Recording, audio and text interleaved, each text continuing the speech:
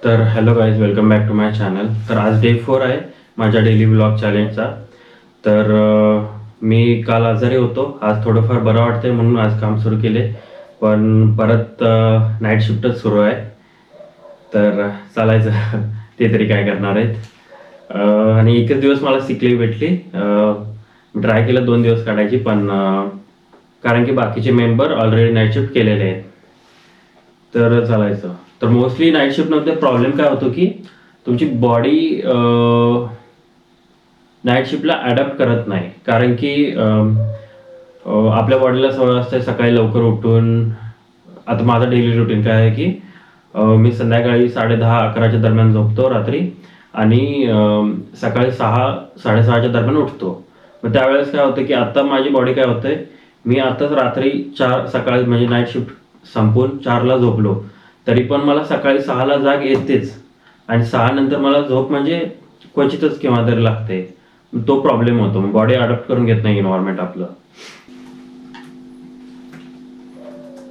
तर नाईट शिफ्टचा दुसरा एक प्रॉब्लेम काय होतो की इंडियामध्ये तुम्ही म्हणजे आता जर सगळे झोपलेले आहेत, तुम्ही एकटेच आहात, तर यावेळी स्ट्रेस भरपूर वाढतो. कारण की तुम्ही एकटेच आहे, तुम्हाला एकटं एकटं फील होतं, आणि वेगवेगळे विचार यायला सुरू होतात, आणि खूप स्ट्रेस वाढतो नाईट शिफ्टमध्ये. कारण की तुमची बॉडी व्यवस्थित नसते, तुमचं जेवण व्यवस्थित नसतंय, ना तुमची स्लीप प्रॉपर झालेली असते, ना तुमचं काम चांगलं होत असते.